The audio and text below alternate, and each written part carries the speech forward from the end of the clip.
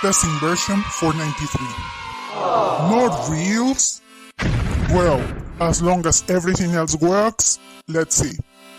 Fortunately, comics work perfectly. Well, in fact, sometimes after you share your comic, the previous button, share button, and preview button are not working.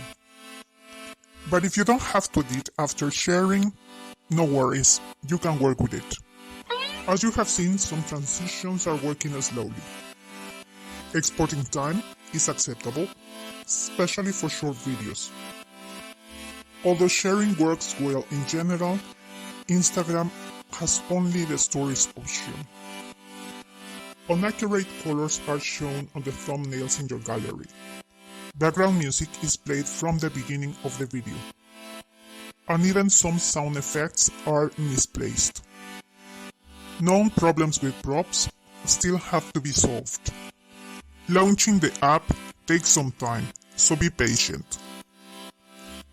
Avoid using other apps as you are working with your video, because then it might crash. Subscribers get priority for a couple of hours. Thank you for watching.